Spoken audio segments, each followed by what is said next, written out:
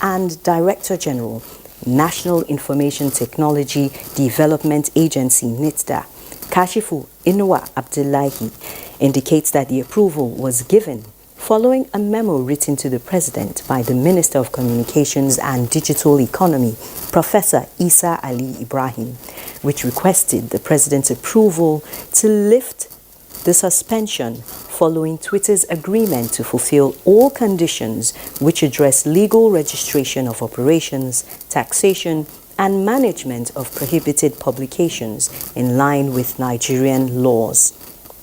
The statement, while urging users of the Twitter platform to maintain ethical behavior and refrain from promoting divisive, dangerous and distasteful information on the platform, reiterates the federal government's commitment to working with Twitter towards helping Nigerians align and navigate its algorithmic design to realize its potentials while avoiding its pitfalls.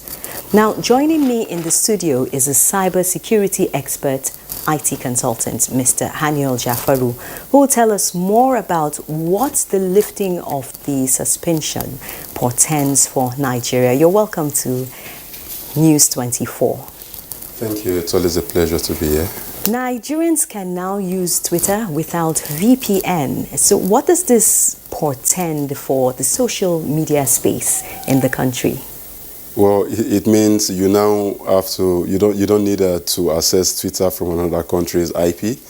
It means you can directly from a Nigerian IP access the Twitter platform and do whatever comment or post and tweet that we used to do directly before the ban of Twitter.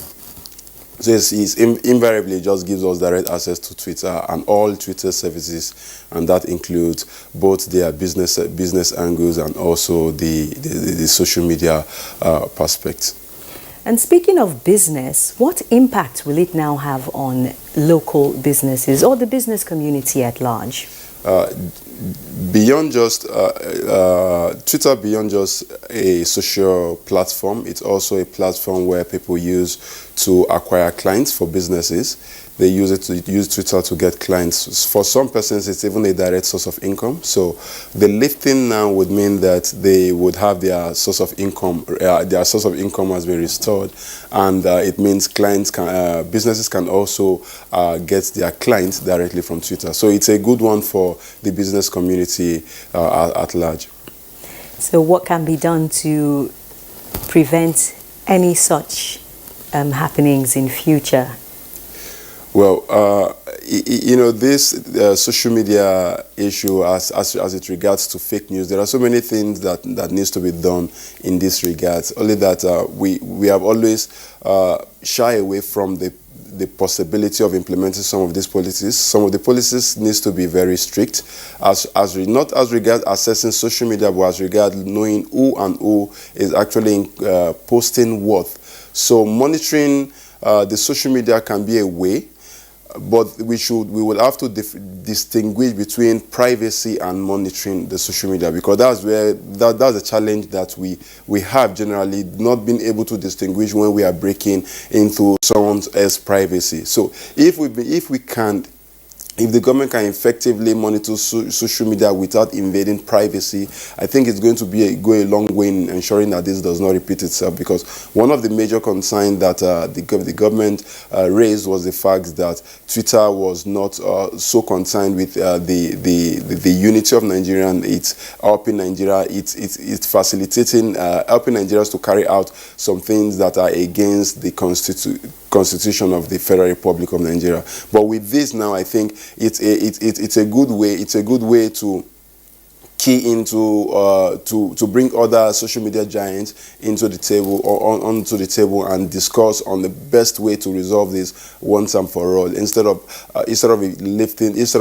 putting up a ban, which in my own opinion, I think it could have been solved without even a ban. Well, thank you, Mr. Jafaru. I guess we'll keep our eyes on those tweets, won't we? Yes. Mr. Jafaru is a cybersecurity expert who has been telling us about the impact of the lifting of Twitter suspension. Now, the latest MSME survey shows that nano, micro, small and medium enterprises in Nigeria contributed 3.7% to employment in 2020, but dropped significantly in their contributions to gross domestic product due to the impact of COVID-19. This was made public at the media launch of the 2020 report of the National Survey on the Micro, Small and Medium Enterprises subsector of Nigeria's economy. Muplam Dakok has details. Began in 2020 was a collaboration by the Small and Medium Enterprises Development Agency (SMEDAN) and the National Bureau of Statistics. Despite their numerical dominance, Nigerian NMSMEs contribute less than 10% to non-agricultural GDP. This situation has been attributed to their unstructured and highly individualistic tendencies, near total disconnect with large enterprises. The data shows that total MSMEs in Nigeria in 2020 were 39.654 million. MSMEs accounted for 96.7% of businesses in the country in 2020 and contributed 3.7% to employment. They accounted for 6.21% of gross exports and contributed 46.31% to GDP, with the GDP decreasing by 3.5%. Global competitiveness, COVID-19 and security challenges are identified as factors responsible for the decrease in contribution to GDP. The COVID-19 pandemic affected tremendously MSMEs in the country, showed that 53.2% of small and medium enterprises and 37.3% of medium enterprises were temporarily closed during the period. The major reasons reported for closure was the total lockdown of the economy then. The survey is to help SMEDAN and the federal government to establish standard benchmarks that will facilitate the profiling and mainstreaming of Nigerian MSMEs for economic growth in line with global best practices for results. In Abuja, Muplang Dakok, NTA News. 4 electrical substations and construction of a transmission line from Yandiv to Makudi in Benue State will be ready for inauguration this year. The Minister of Power, Abubakar Aliyu, gave the assurance after inspecting the project to ensure they are delivered on schedule without compromising quality. Joshua Ujito reports. 2022, year of project delivery. That is the task before the Power Minister, Abubakar Aliyu, as federal government targets improved supply across the country. So, he walked the talk to ensure that all ongoing projects are closely monitored for timely delivery. In Benue State, 4 additional substations are being constructed, while Yandev substation has been expanded and upgraded to take in 40 megawatts of power generated from the Kashimbila Dam. Also, electrification of more communities in Benue State is in progress, with the construction of a transmission line from Yandev to Makudi to address challenge of low voltage. Contractors have 6 months to deliver. We have started these things since the coming of this government in 2015. So, and projects like this takes time to be completed. So, we are now seeing the result of some of them being gradually completed, just like this one. The first one is completed. We are 40% into phase 2. So this year, you will see most of them being completed. Governor Samuel Otom of Benue State is impressed with federal government investment in the power sector in the last 6 years and promises state government support. I know where we were in 2015 when this government took over. I can attest to the fact that there is an improvement considering what we had before as far as power generation and transmission and distribution is concerned in this country. I commend the ministry, and to the larger extent I commend the president for giving attention to power. The projects are under the phase 2 of the Kashimbila Power Evacuation Program. Joshua Ojitu, NTA News.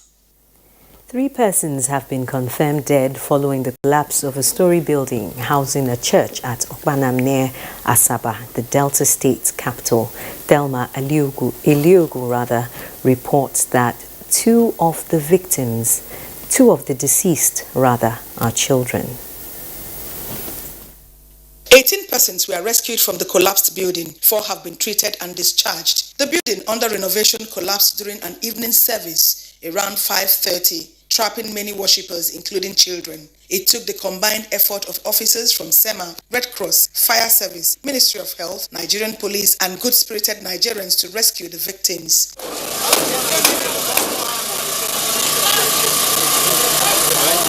I happen to say that they do service here now. Now we run. The owner of the compound already sold the compound, you understand?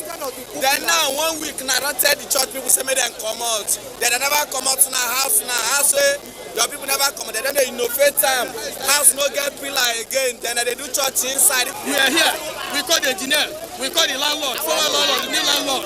We now tell them that this place they should not do anything until we back out of this place. They might say no, they should go to another place. On the project, start to fight to quarrel. We pray that those that are still trapped there, God should protect them and keep them alive. Beginning of a year like this is somehow not. This is not a palatable one at all. The rescue operation lasted from 5:30 in the evening till the early hours of this morning, with the excavator removing the rubble to search for trapped victims. All the other agencies like town planning, they have some questions to tell us if they have approval. I can see that some new renovation work that is going on there. And I assure you at the end of it all, we're going to have some men that will keep watch from now till tomorrow. At the Asaba Specialist Hospital, where some of the victims, mainly children, are receiving treatment, parents and caregivers were seen praying for their loved ones. In Asaba, Thelma Eliogu, NTA News. Meanwhile, Delta State government says it will not spare anyone culpable in the building collapse which claimed lives in Okpanam, close to the Delta State capital, Asaba.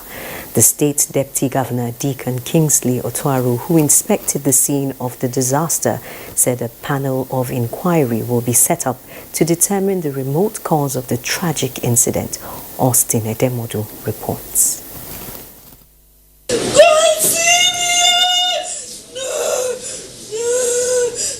At the children unit of the Specialist Hospital Asaba are some of the victims of the collapsed building. They are amongst the 3-month-old baby and others who were pulled out of these rubble by rescue workers. Sadly, 4 other worshippers, including 3 children and a woman, could not make it alive. Here, the state deputy governor, Deacon Kingsley Otuaru, in the company of other top government functionaries, are inspecting the magnitude of the disaster. Also at the Asaba Specialist Hospital, the deputy governor shared in the pains of the victims. On what led to the collapse of the building and the position of the Delta State government on the fate of the survivors, the state deputy governor has this to say. A panel of inquiry has been put in place already, and in no distant time we'll be hearing the reports of that panel. And whoever that is culpable, of course, will have the relevant laws that will take its course. The bills, we are a responsible government. We are going to be an integral part of all that happens, just like we started it from the beginning. We are going to stand by them. They are children, they are people, and we are a responsible government. We're going to do all in our power to ensuring that all is well with the respective families. For now, the remote cause of the building collapse is yet to be ascertained, not until the outcome of the investigative panel. I'm Austin Edemodu, NTA News. This is the news at 10 on News 24, live from our studios in Abuja. Do stay tuned while we take a commercial break.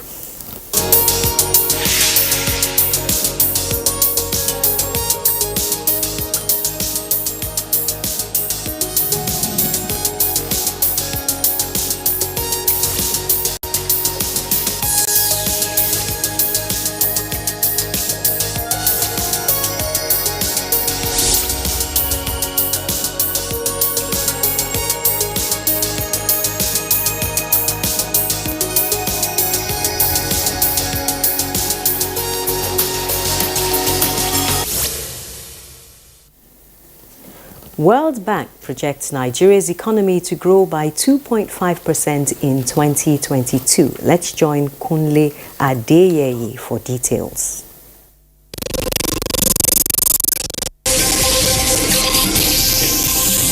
The projection is 0.1 percentage point above the estimated growth projection of 2.4% in 2021.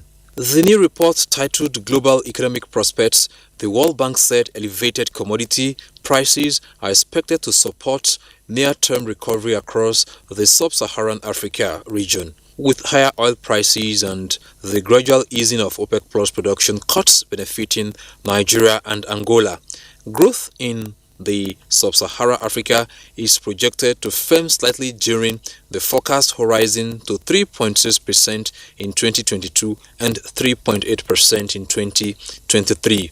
Growth in the largest sub-Saharan Africa economies, Angola, Nigeria and South Africa, was estimated 3.1% in 2021, an upward revision from previous estimates. And a day after Nigerian equities market recorded its first slip for the year, stocks made a rebound on Wednesday. The all-share index solidly logged in more than 700 points to close at 1.71% at 44,608.28 points. 266 million shares valued at 3.822 billion naira were traded in 4,502 deals. Equity capitalization also rose to 24.034 trillion naira.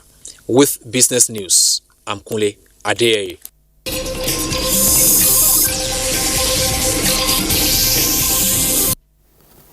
And away from business news, the All Progressives Congress Caretaker and Extraordinary Convention Planning Committee has appealed to the general public, particularly party faithful, to disregard fake news on the reported suspension of the planned National Convention of the APC until June, as reported in some media outlets. In a statement, the National Secretary, Caretaker Committee, John James Akpanudo-Edehe, says the party is embarking on nationwide consultations with party stakeholders to prepare the ground for a rancor-free national convention. The statement adds that the subcommittee on budget and other substructures will be set up in due course. The statement also appreciates the continued support of members and leaders as the Caretaker Committee undertakes the task of addressing contests and litigations as a fallout of recently conducted congresses ahead of the National Convention. Meanwhile, the People's Democratic Party says, as one in opposition preparing to win the next round of elections at all levels, it will strive to build the necessary trust within members. The chairman of the party screening committee for the forthcoming Osun State governorship election, Mohammed Bello Adoki, stated this at the end of the screening exercise at the PDP National Secretariat in Abuja. Timothy Yusuf reports. 6 aspirants were screened ahead of the Osun State governorship election. Although the exercise was held behind closed doors, chairman of the screening committee, Mohammed Bello Adoke, a former Attorney General of the Federation and Minister of Justice, expressed satisfaction with the exercise. We ensure that we check through the checklist given to us by the party and also ensure that we work in accordance with the dictates of our conscience so that we can all work in tandem towards our common objective, which is to win Osun State election. The aspirant says that the process was transparent. PDP actually sustained the membership of the screening committee. In fact, the National Convention Screening Committee has been made the standing committee for the party. My expectation is that they will do what is just and fair. And they have exhibited that. In another development, the national chairman of the People's Democratic Party, Senator Yoche Ayu, has visited all the party's facilities in Abuja. These include the party's legacy house, the People's Democratic Institute, and the national headquarters of the party, which is uncompleted. In Abuja, Timothy Yusuf, NT News. Away from party matters, the Borno State government has been commended over its recent passing and domestication of the Child's Rights Act. The commendation is coming from a civil society organization, Save the Children International, which describes the rollout of the child protection law as a New Year gift to the children of Borno State. Save the Children's country director, Mercy Gichuhi, in a statement, expressed gratitude to Governor Babagana Zulum, members of the Borno State House of Assembly, and other key players for persistent advocacy, while hoping that full implementation of the provision of the Act will change the narrative of an average Borno child and guarantee protection from all forms of abuse. The Borno State Governor signed the Child Protection Bill into law on Monday, 10th January 2022, more than 18 years after the federal government of Nigeria enacted the Child's Rights Act in 2003. Do not compromise justice. Let your judgment be upheld by God. Words of advice from the Cross River State Governor, Professor Ben Ayadi, to judges during the swearing-in of the newly appointed President, Customary Court of Appeal, and 8 new judges into the State High Court and Customary Court of Appeal in Calabar. Paul Abel reports. With the oath of allegiance and office taken by the President, Customary Court of Appeal, 4 judges for the State High Court and the other 4 for the Customary Court of Appeal, Governor Ayade urged them to use their wealth of experience with good conscience in the dispensation of justice, especially as the 2023 general elections approach. As you rise beyond the State High Court, as you find yourself go beyond this and become a servant of the nation, be the shining example that Cross River is. Be a shining star. Be that agent of change. Be that warrior of God that will bring goodness, that will bring kindness, that will bring sincerity, that will bring purity to the judiciary and to this country. Let the fear of God be your watchword. Let indeed the fear of God, because your children or your children's children will reap from what you do. Rest assured that we will do a retreat and take a new burial. We are going back, renewed with your charge. We are going back to the drawing board. With judges described as people who play the role of God on earth, the expectation is that they will work with other arms of government to bring peace and equity in the society. In Calabar, Paul Abel, NTA News. The Minister of Information and Culture, Lai Mohammed, says collaborative efforts between public and private sectors of the economy will enhance infrastructural development at tertiary institutions in Nigeria. This was at the inauguration of renovated lecture halls of the Faculty of Science of Bafemi Awolowo University, Ile-Ife, Osun State. The renovated and equipped lecture theatre all spread across all departments at the Faculty of Science at the university. The Minister of Information and Culture, Alhaji Lai Mohammed, represented, said the private sector should complement government efforts by filling the gap of infrastructural decay in the nation's higher institutions. The government cannot do it alone. This is a private initiative. There are many who are even wealthier than the fellow who has come out. We implore people also, our citizens, our great citizens, to ensure that they commit their resources to the development of humanity. Appreciation that we have for the excellent job that Dr. Akintoye Akindele had committed himself to for the development and progress of Obafemi Awolowo University. So we should demand more from governments. But while demanding more, we should also give more. The Faculty of Science and the university has come up with some developments in scientific sector of recent. From Ife, Larry Bileyi, NTA News. This is the news at 10 on NTA News 24. It's time for another break. Please stay tuned for more reports.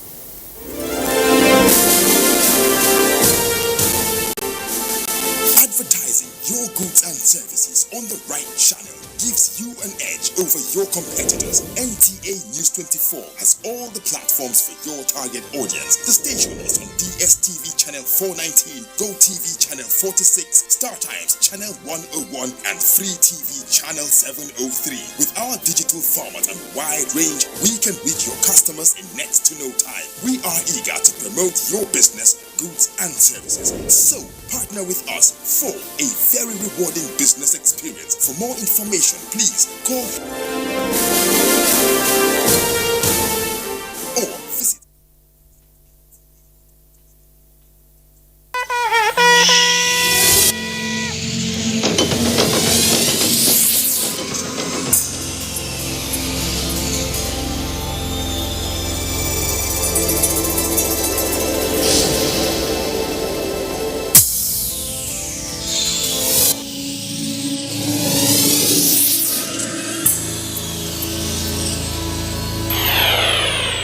NTA, you can't beat the rich.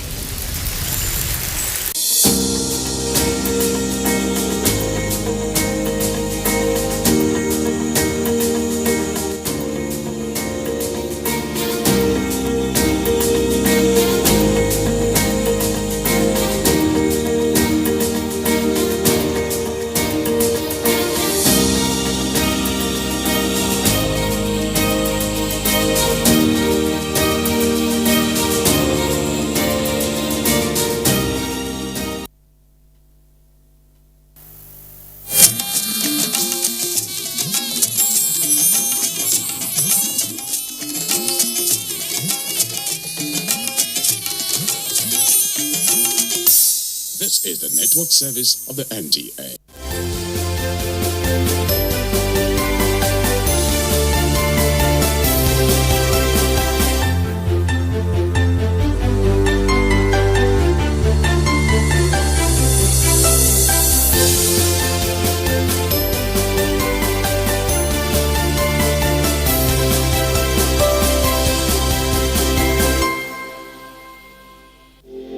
At the heart of the 2030 Sustainable Development Goals agenda is equity, which is enshrined in its slogan of leaving no one behind.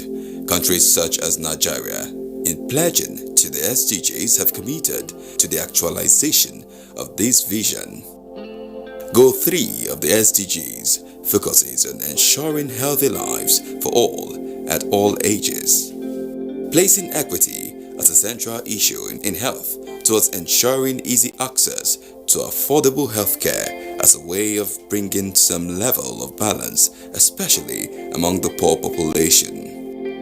In healthcare delivery, leaving no one behind implies that issues of health inequalities is addressed by promoting universal health coverage to ensure that people, especially in rural areas, obtain the health services they need without suffering hardship.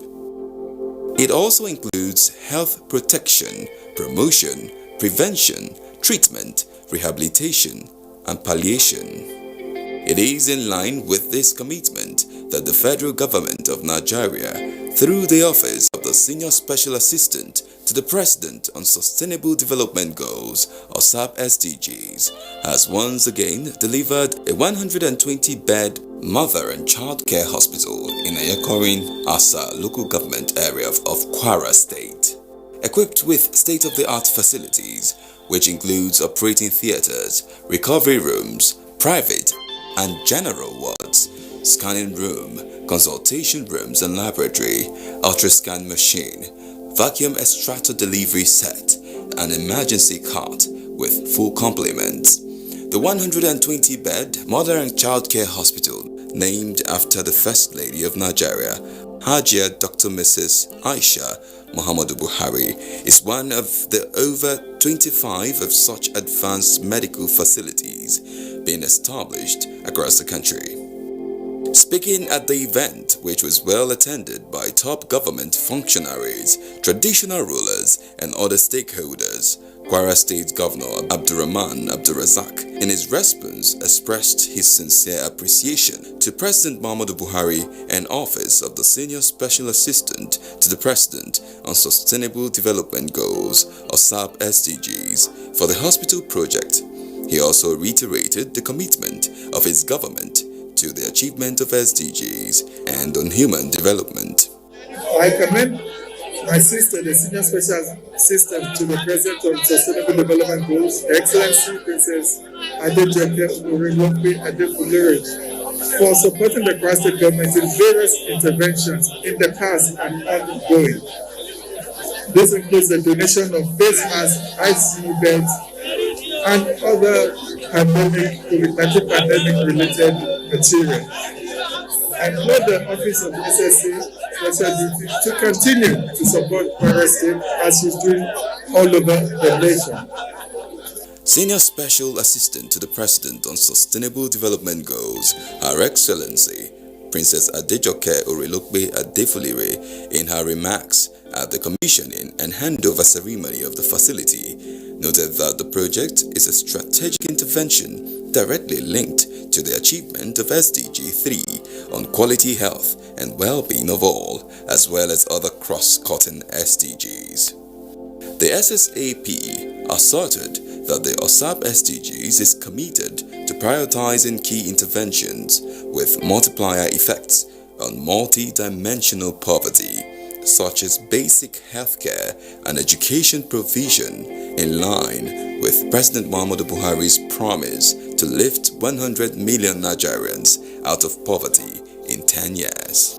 Based on the promise of President Muhammadu Buhari to ensure that people of Nigeria enjoy good health and well-being and good healthcare for coverage, irrespective of their gender, irrespective of their status, he has given instruction, particularly for women and children, that they must have good health, and of course to ensure that women must not be left behind. Princess Adejoke emphasized that the federal government will continue to prioritize interventions with potential impacts on the lives of the poor and vulnerable Nigerians in the bid to ensure that no Nigerian is left behind in the race to achieving the 2023 agenda. She added that interventions like the mother and child centers are also necessary to stop the primary and secondary effects of COVID-19 pandemic from reversing decades of human development gained through the SDGs. Princess Orelokpe Adefolire appreciated the Kwara State Governor Abdulrahman Abdulrazak for his commitment and ongoing support for the implementation of the SDGs in the state, and urged beneficiaries of such interventions to take advantage of them to achieve the intended purposes. Some of the traditional rulers, district heads and residents who spoke on the significance of the project to their community also thanked the federal government for the laudable intervention. This hospital is very unique and very uncommon. Even the Janjat is very Janjatic and supersede the one in my headquarters at local government.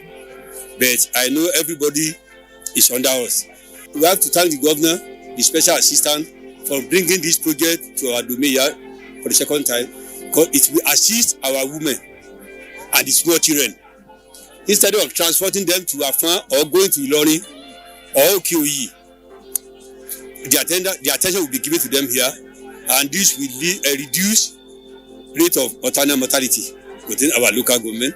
I feel fulfilled with these gigantic projects that the President of the Federal Republic of Nigeria, President Muhammadu Buhari, had deemed it fit to start this type of project in my local government.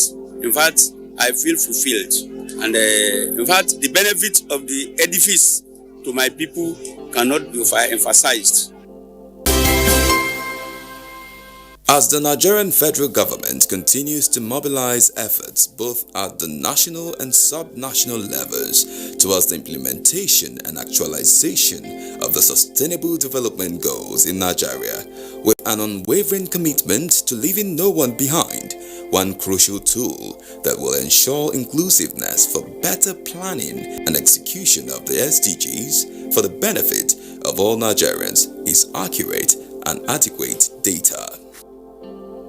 It is against this backdrop that the Office of the Senior Special Assistant to the President on Sustainable Development Goals, OSAP SDGs, in collaboration with the National Bureau of Statistics and the United Nations Development Programme has launched the revised baseline report of the Sustainable Development Goals (SDGs) and the realignment of the National Statistical System in Nigeria in line with the data requirements of SDGs towards monitoring the 230 indicators with the 169 targets of the 17 global goals, which requires employing good strategies that would ensure resource allocation to priority areas. The realignment of the National Statistical System with the SDGs will, among many other objectives, strengthen and reposition the National Statistical System with a view to ensuring synergy and effective collaboration amongst data producers, suppliers, and users, and ensure availability of robust and reliable statistical information of SDGs in Nigeria. Relatedly, the SDGs 2020 Baseline Report is a follow-up of the Baseline Report of 2016 and Nigeria's second voluntary National Review Report, which provides timely details of successes as well as the challenges that have to be addressed if the goals and targets set out in the SDGs development framework must be achieved. The launch placed Nigeria as the first country in Africa to have effectively aligned its national statistical system with the SDGs. In his welcome address, Statistician General of the Federation, National Bureau of Statistics (NBS), Dr. Simon Barcha Hari, stated that the revised baseline report of the Sustainable Development Goals (SDGs) and the realignment of the National Statistical System in Nigeria in line with the data requirements of the SDGs is very remarkable, as it aims to correct the mistakes of the MDGs that lacked comprehensive, up-to-date and harmonized data for monitoring progress and success recorded, as well as to enhance policy direction for the goals. The MBS boss disclosed that the Office of the Senior Special Assistant to the President on SDGs, OSAP SDGs, in collaboration with the Bureau, has embarked on a series of statistical activities, one of which was the production of the baseline report, which has been revealed, leading to improvement on the number of indicators with data available from 126 to 141 indicators.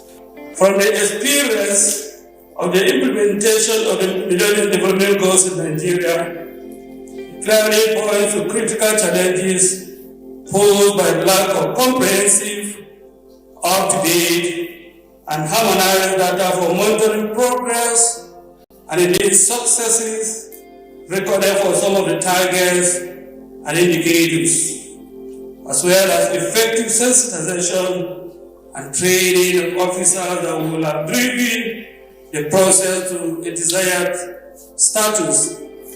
Just to avoid the mistakes of the past, and indeed the Office of the Senior Special Assistant to the President on SDG, in collaboration with my office, embarked on a series of stakeholder activities, one of which was the production of the baseline report, which had been reviewed. Dr. Hari reiterated the importance of regular reporting the achievements of SDGs towards realigning the process of the Nigerian Statistical System (NSS) in line with SDGs requirements, such that agencies responsible for the production of statistics will be seen to be producing SDGs-related statistics even in the course of discharging their respective routine duties. The NBS boss added that the report is a veritable instrument for driving the implementation of SDGs in Nigeria, and that the NBS will institutionalize the production of the report. Dr. Hari also informed that the realignment process was highly participatory, involving relevant MDAs at both the national and sub-national levels, development partners, civil society organizations, CSOs, special groups including youth and persons living with disabilities, and the organized private sector. The need for an inclusive and participatory approach gave rise to the supply responsibility framework, which clearly identified and did establish the type of data sets that are to be produced by each responsible agency. As a step towards realizing this, an SDG data board, which serves as a memorandum of understanding between the National Bureau of Statistics, the State Bureaus of Statistics, the relevant MBAs, was prepared and signed by all parties through an engaging process all over the 36 states of the Federation and the Federal Capital Territory. Mrs. Zainab Ahmed, the Honorable Minister of Finance, Budget and National Planning, who was represented by Mr. Femi Adeosun, in her remarks, stated that the importance of the event underscores the fact that it will afford stakeholders the opportunity to know the position of Nigeria in the implementation of the SDGs and also raise awareness on the role of statistics in monitoring and reporting the SDGs. The Finance Minister said monitoring progress made in the course of achieving the SDGs has become necessary if Nigeria must meet its relevant goals, targets, and indicators. She commended the concerted efforts of the OSAP SDG, MBS, and other stakeholders who contributed towards the review of the baseline report and realignment process of the National Statistical System in line with the SDGs. She also explained that the baseline review will not only be a viral tool in meeting the SDGs, but also useful for guiding the implementation of the recently approved National Development Plan 2021 to 2025 and Nigeria Agenda 2050. The leadership will be exhibited by the Office of Special Assistant to the President on SDG in collaboration with the National Bureau of Statistics. In this respect, is highly commendable. Like most countries, Nigeria is faced with the challenge of turning the aspirations embedded in the Agenda 2030 into actual medium and long-term development plans. Meeting the targets under the 17 goals requires, among other things, employ strategies that will ensure that resource allocation to priority areas is smart and efficient, while also ensuring machinery for measuring progress is effective. Deputy Resident Representative of the United Nations Development Programme, UNDP, Mr. Lielem Dinko, said a central aspect of achieving the SDGs is the role of measuring progress and delivering same using the realignment and unified framework. He said monitoring the SDGs targets depends largely on availability of credible and timely statistics. The UNDP rep emphasized that the realignment of the Nigerian statistical system with the Sustainable Development Goals will drive a fundamental shift, producing integration while highlighting inherent issues such as data disaggregation, management of available data against actual problem, lack of common standards and comprehensive data across sectors and across sub-national governments. Monitoring of the progress of the SDG targets depends largely on availability of credible and timely statistics, yet a large portion of the indicators under this target require data that are not regularly produced at sub-national level. The important role of realigned national statistics data framework cannot be overemphasized toward the acceleration and attainment of sustainable development goals. In her address, the Senior Special Assistant to the President on Sustainable Development Goals, Princess Adejoke Orilokwe Adefolire, said the presence of His Excellency Professor Yemi Oshibanjo GCON, SAN. The launch underscores the importance the federal government attaches to statistics as a veritable tool for evidence-based decision-making, stating that effective implementation of the SDGs requires sustained production of statistical information by all the relevant stakeholders. The SSAP stated that achieving the SDGs generally serves as the basis for effective economic governance towards promoting the welfare of a nation.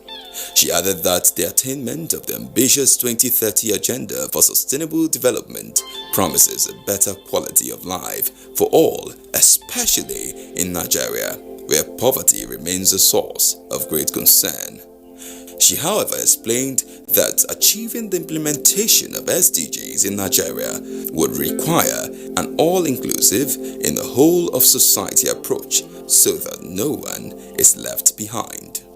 The presidential aide disclosed that the launch of the report on the review of baseline and realignment of the National Statistical System with SDGs 2020 has placed Nigeria as the first country in Africa to have successfully aligned its national statistical system with the requirements and indicators for providing the needed support for tracking, monitoring, and reporting the progress in achieving the SDGs in Nigeria.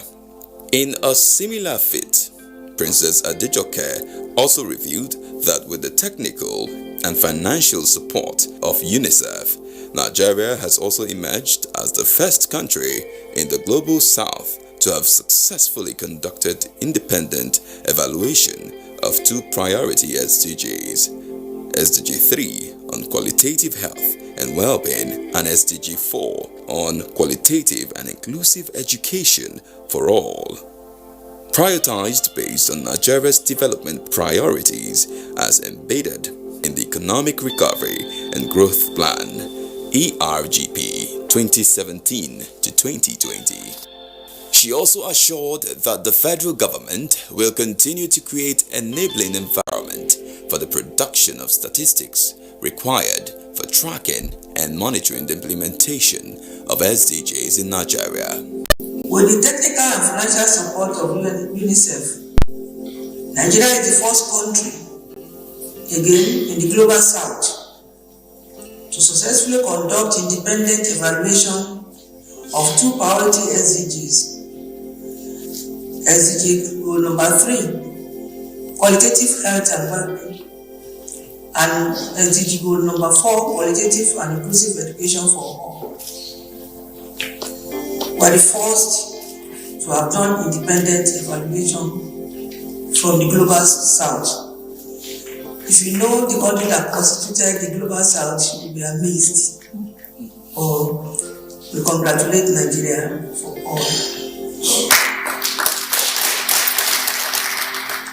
Nigeria's Vice President, Professor Yemi Oshibanjo, SAN, noted that for Nigeria and indeed Africa, the achievement of the SDGs is critical to the task of ending poverty, hunger, diseases, and safeguarding the environment. He reiterated that the objective of the President Muhammadu Buhari's led government in achieving sustainable development, especially in the area of wealth and job creation, reducing poverty, addressing the issues of climate change, is in consistence with the aspirations of the SDGs and central to government's entire vision for Nigeria. Prof. Oshibanjo explained that, regrettably, just as Nigeria had commenced the decade of action and started recording substantial progress in the actualization of the SDGs in Nigeria, especially in the areas of poverty reduction, COVID-19 emerged to undermine the prospects of Nigeria achieving the global goals. He added that while advanced countries were able to scale up resources to effectively fund massive stimulus and social protection schemes to support their citizens and economy to deal with the pandemic, developing countries, including Nigeria, suffered disproportionately due to resource restraints. The Vice President, however, gave credit of the office of the Senior Special Assistant to the President on SDGs that despite the restriction and disruptions caused by the pandemic, the office succeeded in putting in place effective institutional mechanisms at the national and sub-national levels towards driving the actualization of the SDGs across Nigeria. The COVID-19 pandemic emerged to undermine the prospects of achieving our aspirations. The pandemic, as we all know, resulted in an unprecedented global disruption of economies. While wealthier countries were able to effectively fund to deal with the impact of the pandemic, developing countries, including Nigeria, suffered disproportionately due to resource constraints. But yet, it is to the credit of the SDG, especially our office, that despite the restrictions occasioned by the COVID-19 outbreak, our SDGs office in Nigeria succeeded in putting in place effective institutional mechanisms at the national and sub-national levels to drive the implementation of the SDGs across the country. And during this difficult period, Nigeria successfully presented its second voluntary national review report on the SDGs to the United Nations High-Level Political Forum on Sustainable Development sometime in July 2020. Applauding the OSAP SDGs for its efforts at improving data for better implementation of the SDGs in Nigeria, His Excellency, the VP, said there is no question that the SDGs Implementation Plan 2020 to 2030 offers a more concrete pathway for achieving desired outcomes for the next decade, as one of the significance of 2020 baseline report is the increased rate of reporting from the 126 indicators recorded in the 2016 baseline report to 144 indicators in the current report, which signifies a broadened spectrum of data which provides for a more accurate data towards deepening policies for more efficiency in the implementation of the SDGs in Nigeria. Highlight of the event was the commissioning of 19 units of ambulances by Vice President Yemi Oshibanjo, yet another intervention by Office of the Senior Special Assistant to the President on Sustainable Development Goals, OSAP SDGs, aimed at strengthening the healthcare system at the national and sub-national level in Nigeria towards promoting SDGs, SDG 3 on good health and well-being. The President Muhammadu Buhari-led federal government through the OSAP SDGs has remained committed to prioritizing key interventions with multiplier effects on multi-dimensional poverty, such as basic healthcare and education, with significant positive impacts on the lives of the poor and vulnerable Nigerians in the bid to ensure that no Nigerian is left behind. In the race to achieving the 2023 agenda and in line with President Muhammadu Buhari's promise to lift 100 million Nigerians out of poverty in 10 years.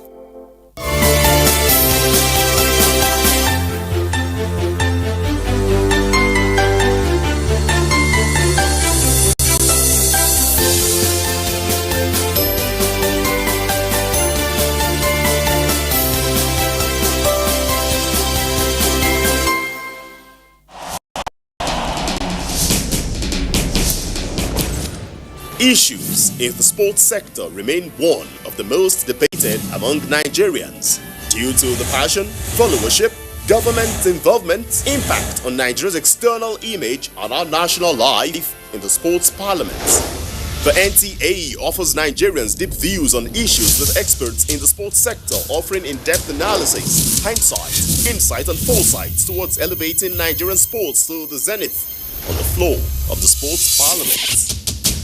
Sports Parliament, a unique platform for sports discussions, showing live on the NTA.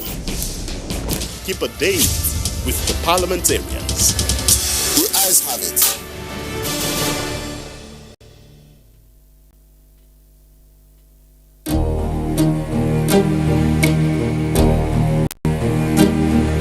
Disaster occurs on frequent basis. Some we hear of, others we do not. Terrorism, flood, fire, earthquake, car or plane crashes, building collapse, and even armed robbery, each bringing assets and revenue loss, human mortality, and in 90% of survivors, great loss of hope. Flooding is the most common of all environment hazards, and it regularly claims over 20,000 lives